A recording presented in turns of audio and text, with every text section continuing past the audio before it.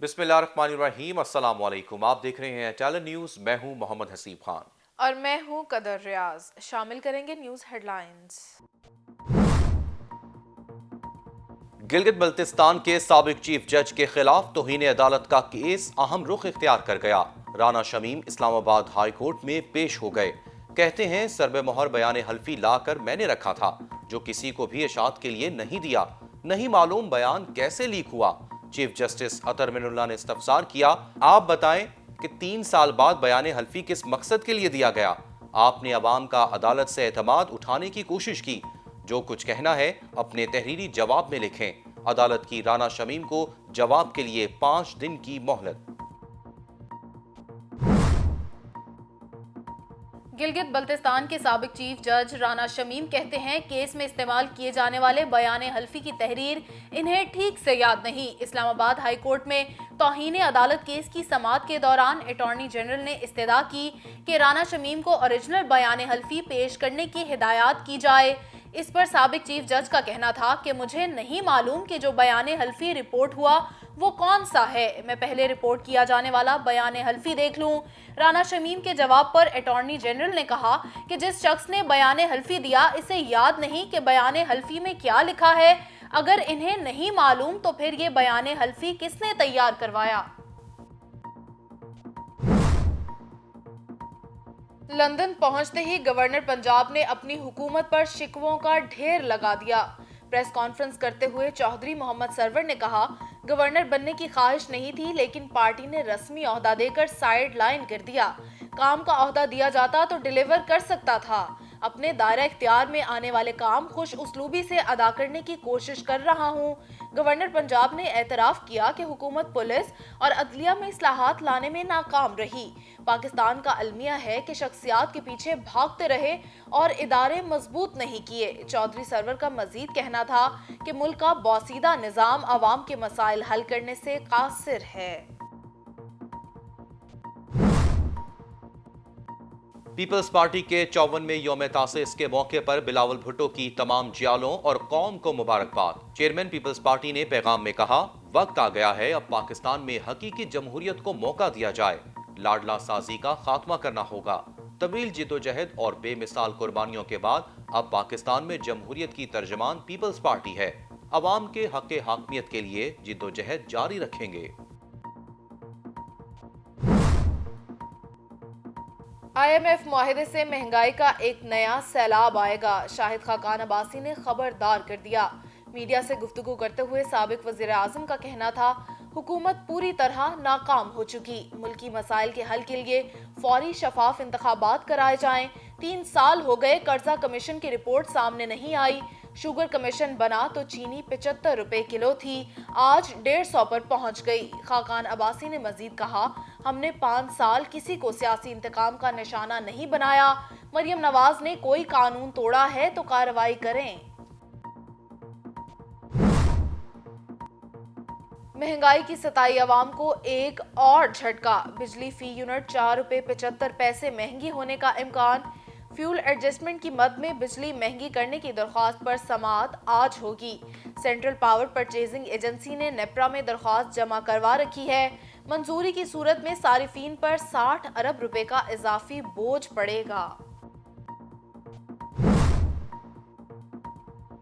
Gas बहरान पर काबू पाने के लिए 22 करोड़ डॉलर के मंसूबे का ऐलान। चेयरमैन पाकिस्तान गैस बोर्ड के मुताबिक LNG बलोचिस्तान समेत मुल्क भर में सिलेंडर्स और टैंकर्स के जरिए फराहम की जाएगी। बहरी जहाज से टैंकर सनतों को दिए जाएंगे। घरेलू सार्फिन को गैस सिलेंडर्स में दी जाएगी। बल्दियाती इलेक्शन शेड्यूल में तब्दीली के लिए खैबर पख्तूनख्वा हुकूमत की दरख्वास्त मुस्तरद। सुप्रीम कोर्ट में खैबर पख्तूनख्वा बल्दियाती इंतखाबात से मुताल्लिक केस की समाअत। अदालत ने रिमार्क्स दिए, खैबर पख्तूनख्वा में बल्दियाती इंतखाबात जमाती बुनियादों पर होंगे। जमाती बुनियादों पर इलेक्शन से बरादरियों में टूट फूट होती है। जमहूरियत को तकवीयत देने के लिए सियासी जमातों को मजबूत करना जरूरी है। वज़ीर आला पंजाब का एक और अहसन इकदाम, स्कूल असेंबली में दरूद शरीफ पढ़ने की हिदायत। चीफ सेक्रेटरी पंजाब को मुरासला जारी। असेंबली में कौमी तराने से कबल तलावत कुरान पाक के बाद दरूद शरीफ पढ़ाया जाएगा। उस्मान बुज़दार कहते हैं स्कूलों की असेंबली में दरूद शरीफ पढ़ने से नई नस्ल भी इसकी फजीलत और बरकत से फैज़याब होगी। कराची में एक और आग। आई चंडीगढ़ रोड पर पीटीसीएल की इमारत में आतिशज़द की। फायर ब्रिगेड की 2 गाड़ियों ने आग पर काबू पाया। रेस्क्यू हुकाम के मुताबिक बिल्डिंग के साथ खाली प्लॉट में मौजूद कचरे में आग लगी। इमारत को भी नुकसान पहुंचा। दूसरी जानिब लाहौर के इलाके बंद रोड की फैक्ट्री में भी अचानक आग भड़क उठी। लाखों का सामान जलकर खाकिस्तर। पुलिस के मुताबिक प्लास्टिक दाना फैक्ट्री में शॉर्ट सर्किट के बाइस आग लगी। कोई जानी नुकसान नहीं हुआ। कोहाट में एएनएफ इंटेलिजेंस की बड़ी कार्रवाई। लाची टोल प्लाजा के करीब दौरान तलाशी ट्रक से 457 किलोग्राम मुनशियात बरामद। मुलजिम गिरफ्तार। इब्तिदाई तहकीकात के मुताबिक पकड़ी गई मुनशियात अफगानिस्तान से स्मगल की गई थीं। मुल्क भर में कोरोना के वार तेज होने लगे। मुस्बत केसेस की शरह बढ़कर 1.1% पर आ गई। एनसीओसी के मुताबिक गुज़िश्ता 24 घंटों में 475 अफराद में कोरोना वायरस की तस्दीक हुई, जबकि वायरस से 10 अफराद इंतकाल कर गए। पंजाब में धुंध के 22 हादसात। कालाशाह काकू में आज सुबह मोटरवे M2 के 3 मकामात पर 50 से जायद गाड़ियां आपस में टकरा गईं। 25 मुसाफिर शदीद जख्मी। हादसे के 22 मोटरवे चंद घंटों के लिए बंद रही। मोटरवे पुलिस ने ड्राइवर्स को फोग लाइट्स के इस्तेमाल और कम स्पीड की हिदायत कर दी।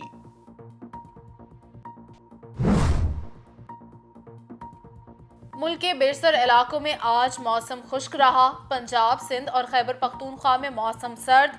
अस्तूर, स्कर्दू, गिलगित में दर्जा हरारत नुक्ता इंजमात से भी नीचे रहा। गिलगित बल्तिस्तान में मतला अबर आलूद रहा। कोरोना वायरस के नए वेरिएंट ओमिक्रॉन की सूरत हाल पर G7 का हंगामी इजलास। वायरस से निपटने के लिए फौरी इकदामात पर जोर देते हुए मुश्तरका हिकमत अमली पर इत्तेफाक किया गया।